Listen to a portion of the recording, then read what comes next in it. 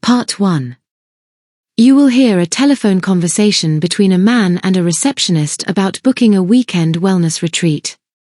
First, you have some time to look at questions 1 to 4.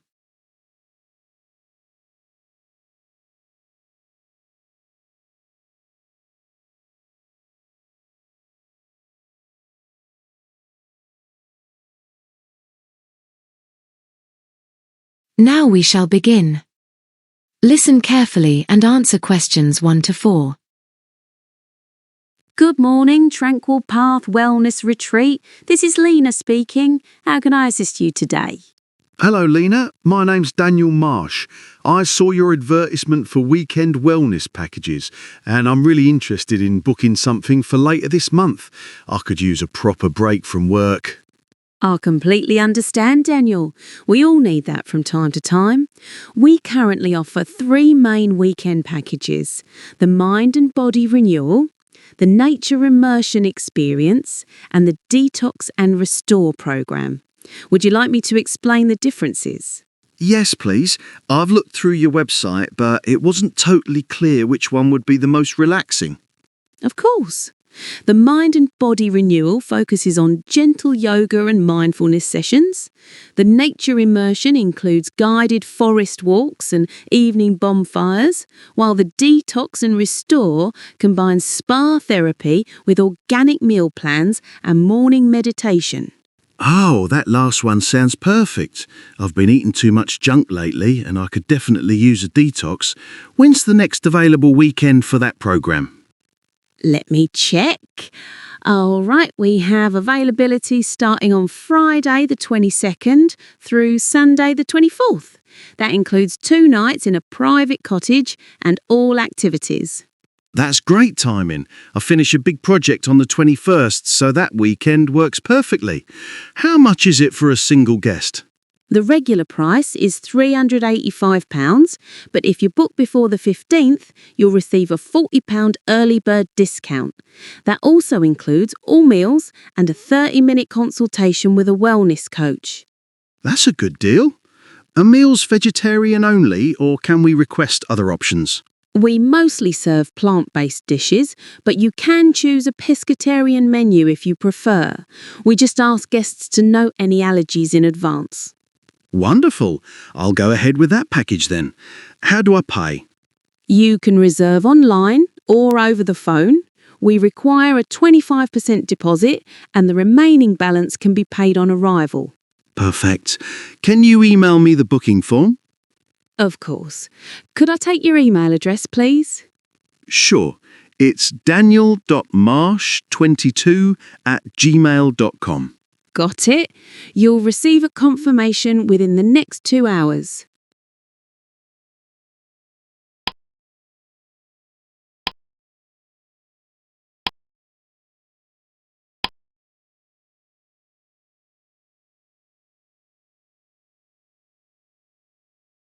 Before you hear the rest of the conversation, you have some time to look at questions 5 to 10.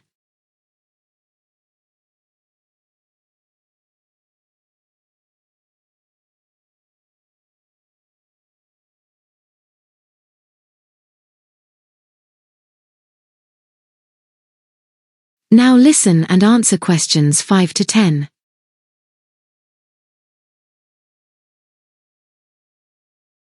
Before I confirm, can I ask about what's included? I want to make sure I pack properly. Certainly. All our weekend guests have access to the heated outdoor pool, the meditation gardens, and the sauna pavilion. You'll also receive a welcome kit with herbal teas, natural soap, and a journal. That sounds amazing. Are there any extra activities available at an additional cost? Yes, several. You can book a deep tissue massage, a sound healing session, or a pottery workshop with one of our visiting artists. We also offer private yoga lessons, but most guests stick with the group classes that are included. I think I'll definitely try the massage and maybe the pottery. That sounds fun and relaxing. Great choices. The pottery sessions are quite popular. It's best to book early. Would you like me to add them now? Yes, please. By the way, what time should guests arrive on the first day? Check-in opens at 2 p.m. on Friday, but you can come earlier if you'd like to enjoy lunch at our restaurant. We just can't guarantee room access before then. That's fine. And what's the best way to get there from the train station? I don't drive. No problem. There's a free shuttle bus that departs from the main station at 1:30 p.m. and arrives here about 40 minutes later. Alternatively, you can take a taxi for around £22, depending on traffic. Is the shuttle available on Sundays too? Yes, there's one returning to the station at 4:30 p.m. sharp, right after checkout. Great, I'll use that. Thanks, Lena. You've been incredibly helpful. You're very welcome, Daniel. I'll send your booking confirmation shortly. We look forward to welcoming you soon.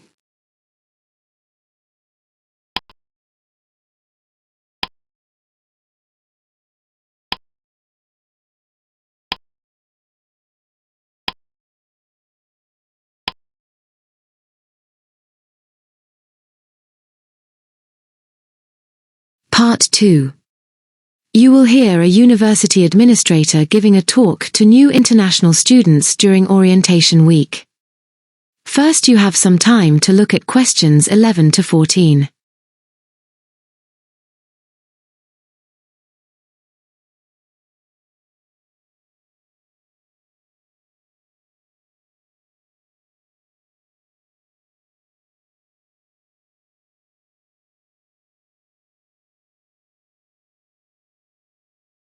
Now listen carefully and answer questions 11 to 14. Good morning, everyone, and welcome to Westbridge University. My name's Sarah Merton, and I'm the head of Student Services, which means I oversee everything related to your life outside the classroom, from housing and health to social events and well-being. Whether you're here for a semester or a full degree, today's session is designed to help you settle in smoothly and make the most of your time here. Now, I know you've all been bombarded with information over the past few days, maps, schedules, student IDs and so on, but I promise this talk will be practical.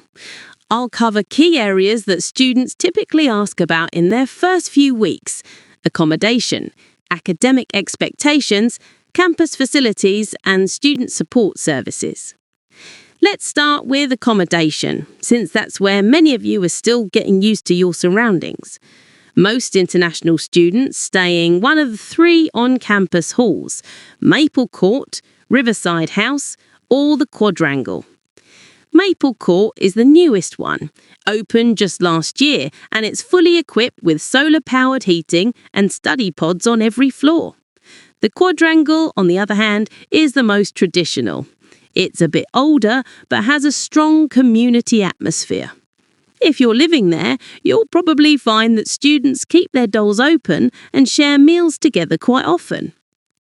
Whichever hall you're in, please remember there's a residential advisor, or RA, assigned to your building. They're senior students who live on site to help you with practical matters, things like reporting maintenance issues, managing noise levels, or even finding your way around. You'll meet your RA officially during tonight's welcome dinner, so do introduce yourself. Now, as for academic expectations, British universities may differ quite a bit from what you're used to. Here, you're expected to be independent learners.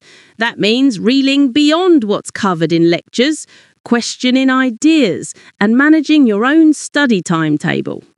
Your professors won't chase you for assignments. Deadlines are firm, and late submissions usually incur penalties, unless there's a genuine emergency.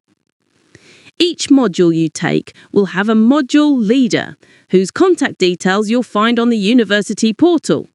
They're your go-to person for any academic queries.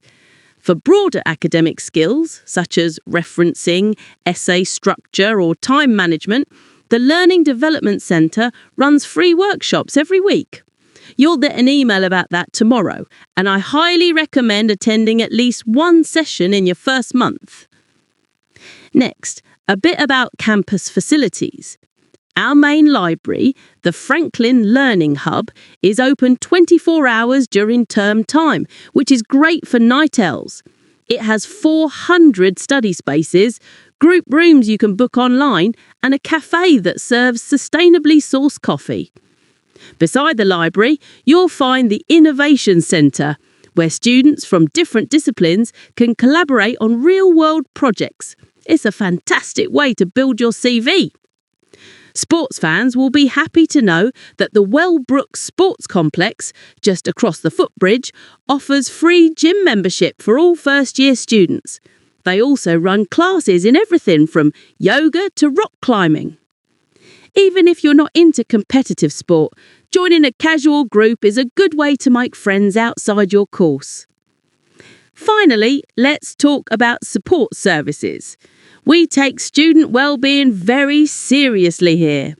The Health and Wellbeing Centre, located beside the Student Union, offers counselling, medical services and workshops on managing stress and culture shock. The International Office, on the top floor of the same building, handles visas, part-time work permissions and general advice on living in the UK. Before I finish this first section, one quick reminder. Check your student email daily. The university doesn't send physical letters, so all updates, timetable changes and event notifications go straight there.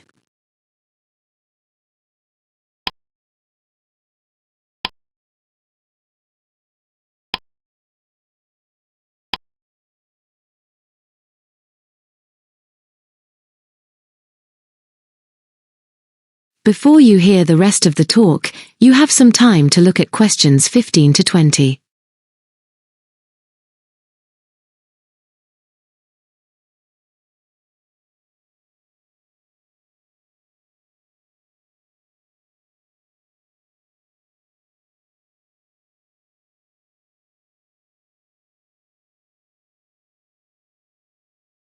Now listen and answer questions 15 to 20. Right, let's move on to some practical arrangements for the next few weeks, things that will make day-to-day life easier while you settle in. First of all, banking. If you haven't opened a local bank account yet, you'll need to do that as soon as possible, especially if you plan to work part-time or pay rent from a UK account. We've arranged for representatives from 3 banks, Midland, United Savings and Green Line Bank, to set up booths at the Student Centre tomorrow from 10 a.m. until 3 p.m. You'll just need your passport, proof of enrolment and accommodation letter. Next, transportation. Westbridge is well connected to the city. The local bus company, City Connect, offers a discounted student pass for £15.50 per week or £52 per month. The buses run every 8 to 10 minutes from the campus gates, and you can pay using a mobile app. For cyclists, we have over 300 new bike racks, and the Students' Union has a free bike repair clinic every Wednesday afternoon. As for shopping and food, the nearest supermarket is EcoMart, about 10 minutes walk from the North Gate. They specialise in affordable organic food and student discounts. There's also a weekly farmers market held every Saturday morning on the main square, where you can find local produce, handmade crafts and street food stalls from around the world. Regarding part-time jobs, the university's Career Hub lists positions both on and off campus, tutoring, library assistants, baristas and more. International students can work up to 20 hours a week during term time, but you must register your job with the International Office once you start. Finally, a few notes about upcoming events. On Friday evening, we'll have the Cultural Exchange Fair, a lively event where students from different countries set up booths to share food, music and traditions. It's one of the most popular nights of the year, and you're all encouraged to participate. Then next Wednesday, there'll be a campus safety workshop run by the local police department, giving advice on safe travel, online scams, and emergency contacts. And don't forget our buddy scheme, which pairs new students with returning ones for informal meetups. You'll receive an email tomorrow inviting you to sign up. It's a great way to adjust socially and ask questions that might not come up in formal sessions. That's all from me today. Please keep this information handy and check your student email daily for updates and timetables. We're really looking forward to helping you make Westbridge feel like home. Thank you, and once again, welcome to the university.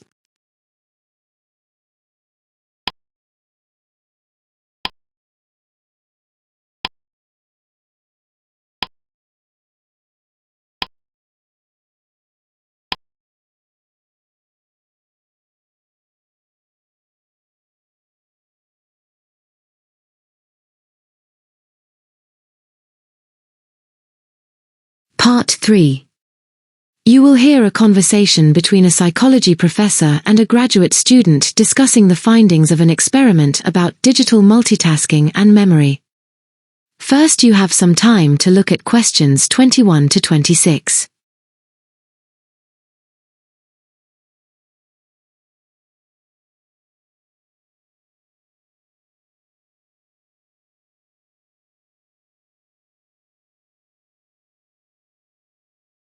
Now listen carefully and answer questions 21 to 26. Good afternoon, Maya. I've gone through the initial results of your experiment on digital multitasking, and I must say it's both timely and significant. Let's go over your main findings before you move to the analysis stage. Thank you, Professor. Yes, I've been analysing the results for the past week, and several patterns are emerging.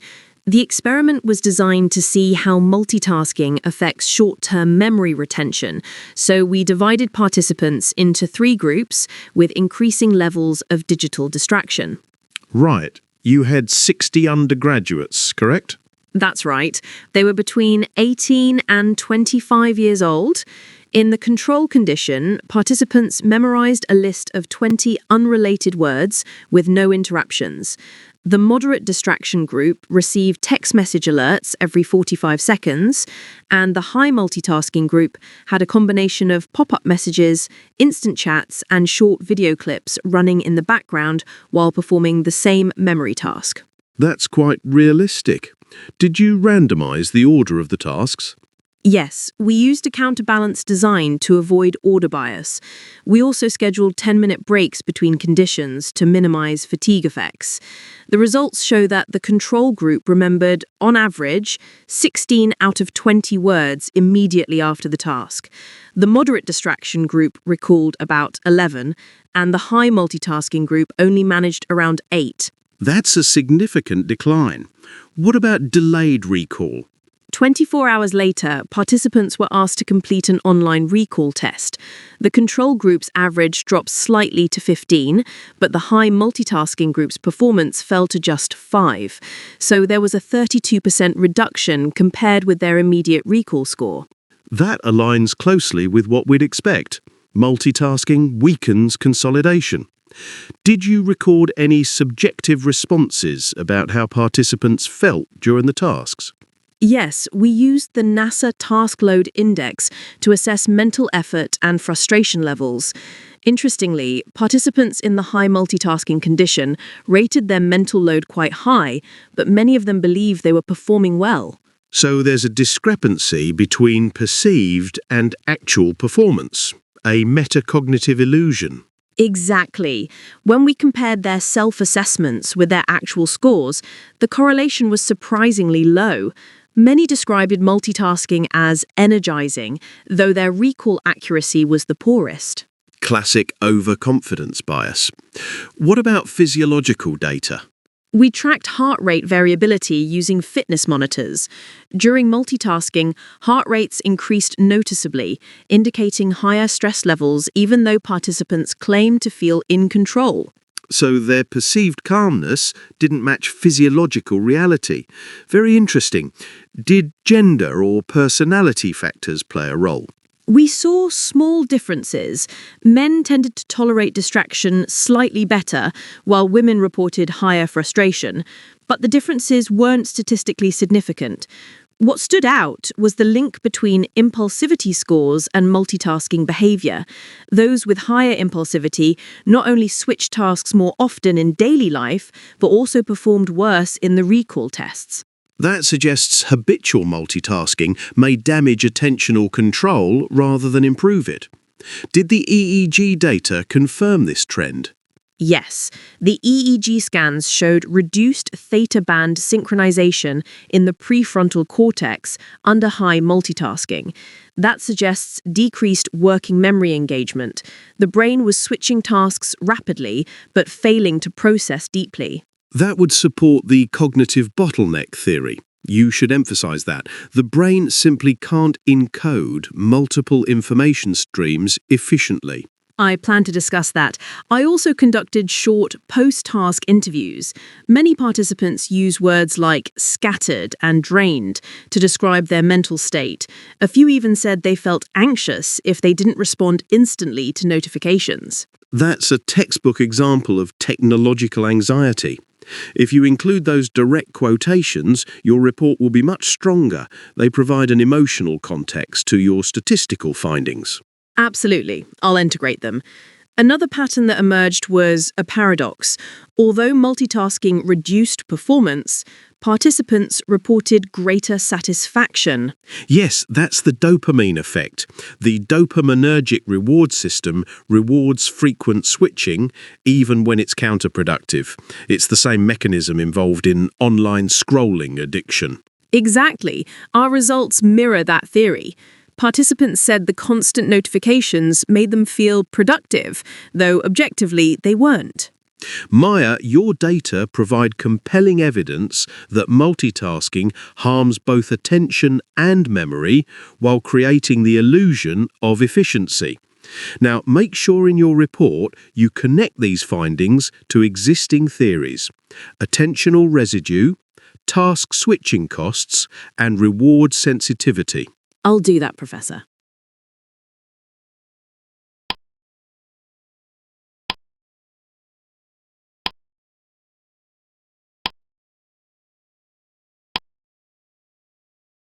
Before you hear the rest of the discussion, you have some time to look at questions 27 to 30.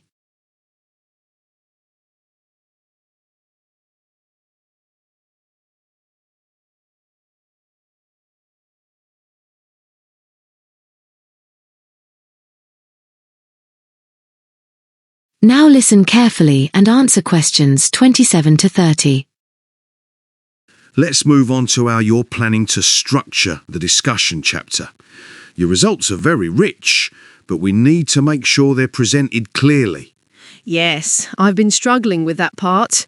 I wasn't sure whether to combine the self-reported, behavioural and physiological findings in one section or separate them. It's always clearer to separate them. Readers often lose track when different types of data are intertwined. Create subheadings like behavioural outcomes, perceived experience, and physiological measures. That makes sense. I'll also include a table comparing perceived efficiency and actual recall. The difference is striking. Participants rated their own efficiency at around 80%, yet their actual accuracy was only about 54%. Good idea. Visual representations like that make the data more accessible. Also, don't forget to contextualise your results. For example, link your findings to attentional residue theory, which suggests that fragments of previous tasks remain in the mind and hinder concentration on the next one. I've read Leroy's paper on that, and it fits perfectly. I'm also including a short section on how chronic multitasking may alter neural connectivity over time, referencing OFA's 2009 study on media multitaskers. Excellent. Just be careful not to overgeneralise. Correlation doesn't equal causation. You can suggest the link, but not assert one definitively without longitudinal evidence. Of course, we're planning a follow-up study using fMRI to track neural activation patterns in habitual multitaskers versus those who multitask infrequently. It'll help us verify whether these effects are temporary or structural. That's ambitious and impressive. What about potential interventions? It's important not just to describe the problem, but also to propose solutions. Yes, I've been thinking about that. In a pilot study, we tested whether mindfulness could improve attention before multitasking. Participants who did a brief 3-minute breathing exercise performed 15% better on memory recall tasks. That's worth highlighting. It shows that attentional control can be trained. I'd also mention practical strategies like digital hygiene, setting scheduled offline periods or limiting notification frequency. I'll definitely include those. I want the discussion to conclude with a constructive message rather than just criticism of technology. That's the right tone. And one more suggestion. When you write your discussion, include participants' own voices. Short quotations like, "I felt mentally scattered," or "I couldn't keep up," bring authenticity and show that your conclusions are grounded in lived experience. Thank you. I've transcribed several of their comments and will select the most representative ones. Good. Before we wrap up, think about how your findings contribute to the broader debate about digital behaviour. Many people assume younger generations are naturally better at multitasking, but your data clearly refute that. Yes, one of my key takeaways is that frequent multitaskers believe they're more efficient, but in reality, they're simply more tolerant of distractions, not better at handling them. That's an important distinction. Make sure that's emphasised in your abstract. It's a concise way to summarise your contribution. I will. Thank you, Professor. This discussion has really clarified how I should structure my paper. You're very welcome, Maya. It's a compelling study, and with the right presentation, it'll make a strong impression at your defence.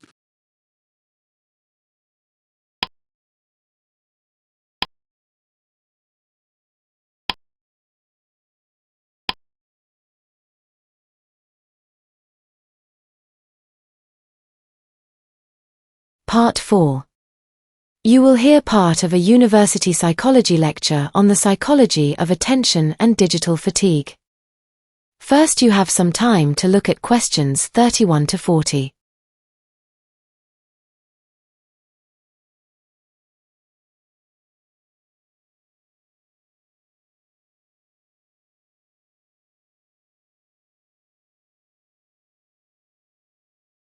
Now listen carefully and answer questions 31 to 40. Good morning, everyone. Today's lecture focuses on a phenomenon that has become increasingly relevant in our hyper-connected age, digital fatigue, and how it interacts with our attention systems. Over the last decade, psychologists have begun to treat digital fatigue not merely as a byproduct of long screen hours, but as a measurable cognitive and emotional condition, deeply tied to the way attention is structured in the human brain. To understand this, let's start with the basics of attentional processing. The brain doesn't operate as a simple recording device that captures everything around us.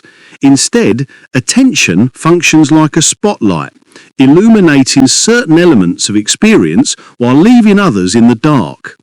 This process is essential for efficiency, but it also means we can only handle a limited amount of information at once.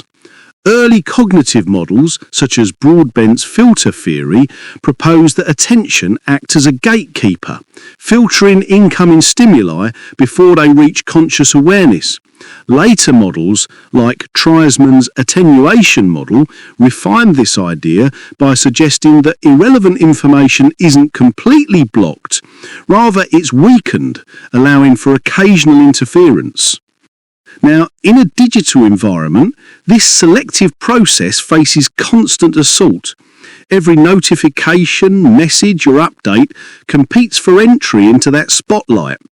Unlike traditional distractions, such as background noise, digital interruptions are designed to capture our attention through deliberate sensory triggers like colour, vibration and sound. The brain's reward circuitry, particularly the dopaminergic pathways in the midbrain, respond to these stimuli by releasing small bursts of dopamine, reinforcing the urge to check devices repeatedly. Over time, this creates a behavioural loop that mimics addictive patterns. Research from Stanford University in 2023 demonstrated that individuals who constantly switch between applications experience a measurable decline in sustained attention. In one task involving visual tracking, heavy media multitaskers were 42% more likely to lose focus within the first minute than light multitaskers. Brain imaging confirmed decreased activation in the anterior cingulate cortex, a region responsible for regulating attention and error detection. What this tells us is that digital fatigue isn't just mental exhaustion, it's a neurocognitive adaptation to overstimulation. Let's move to the symptoms of digital fatigue. They are often divided into three domains: cognitive, emotional, and physical. Cognitively, individuals report shorter attention spans, difficulty recalling information, and impaired decision-making. Emotionally, we observe irritability, restlessness, and an odd phenomenon known as notification anxiety, the compulsive anticipation of an alert even when none occurs.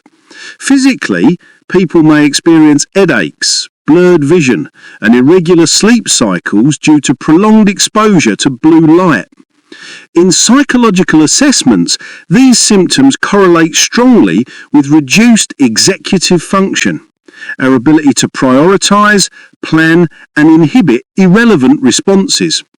What's worrying is that many individuals mistake this cognitive strain for laziness or lack of discipline, when in reality it reflects an overwhelmed attentional system trying to adapt to constant stimuli. Another aspect we must consider is the illusion of productivity. Studies show that multitasking gives people a temporary sense of control and efficiency, but this perception is deceptive. For example, in a controlled experiment at the University of Melbourne, participants who switched between digital tasks every 30 seconds believed they accomplished more, while performance data showed a 27% drop in output accuracy. The term used to describe this phenomenon is the productivity paradox, the belief that more activity equals more achievement, even when it leads to mental depletion. So, what exactly causes digital fatigue on a neurological level? It largely comes down to attentional residue and cognitive load. Attentional residue refers to the lingering mental presence of one task while attempting to engage in another. Even after switching screens, part of your working memory remains stuck on the previous task, reducing the brain's available resources. Cognitive load, on the other end, refers to the total mental effort used in working memory. The more fragmented your attention, the heavier the load, and the sooner fatigue sets in. Interestingly, there's a feedback loop between attention and emotion. Continuous partial attention, that is, staying in a state of constant alertness to incoming information, triggers low-level stress responses in the sympathetic nervous system. The body releases cortisol, increasing heart rate and tension, which in turn diminishes cognitive flexibility. This physiological stress contributes to the experience of burnout, commonly reported among digital workers. Now, a particularly revealing study was conducted by the University of Helsinki in 2022. Researchers monitored digital workers over a 6-week period using wearable EEG headbands and found that those who spent more than 8 hours online daily showed a 19% decline in alpha wave coherence, a measure of relaxed focus. These same participants scored significantly lower on creativity and problem-solving tests. This finding suggests that digital fatigue not only reduces efficiency, but also undermines our innovative thinking. But there's no bad news. Understanding these mechanisms opens pathways to intervention. One effective approach is known as attentional restoration. This theory, originally developed in environmental psychology, argues that exposure to natural environments replenishes depleted attention. In practice, even short breaks involving nature imagery, walking outside or listening to natural sounds have been shown to restore concentration levels by up to 40%. Similarly, mindfulness training, focusing awareness on the present moment, has produced consistent results in reducing cognitive fatigue. A mere 10 minutes of mindful breathing before digital work improved recall and accuracy scores in university students by 18%. Another intervention involves digital hygiene, conscious management of device use. This can include setting screen time boundaries, disabling non-essential notifications, and scheduling periods of complete digital disconnection. Importantly, success depends on consistency, not extremity. People who attempted abrupt digital detoxes often relapsed quickly, while those who adopted gradual limits maintained better focus and emotional balance. Educational institutions and workplaces are beginning to recognise this issue. Some companies now integrate focus intervals, allowing employees 90 minutes of uninterrupted work followed by structured 10-minute breaks. Cognitive testing after 6 weeks of such scheduling showed substantial improvements in working memory and mood stability. Likewise, schools introducing digital-free hours have reported better student engagement and fewer behavioural issues. Finally, we should address a common misconception that younger generations, being digital natives, are immune to digital fatigue. In reality, studies reveal the opposite. Adolescents, despite their early exposure to technology, display higher levels of attentional fragmentation and emotional volatility linked to screen overuse. Neuroimaging suggests that their prefrontal cortex, still in development, is more vulnerable to overstimulation, leading to impulsive behaviour and poor emotional regulation. To conclude, digital fatigue is not merely a product of technology itself, but of human adaptation to environments our brains were never designed to handle continuously. The key lies in balance, using digital tools with deliberate awareness rather than reflexive reaction.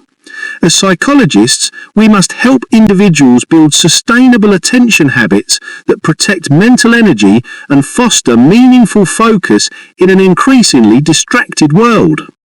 Thank you, and in our next lecture, we'll examine experimental models of attentional recovery and how they're applied in cognitive therapy.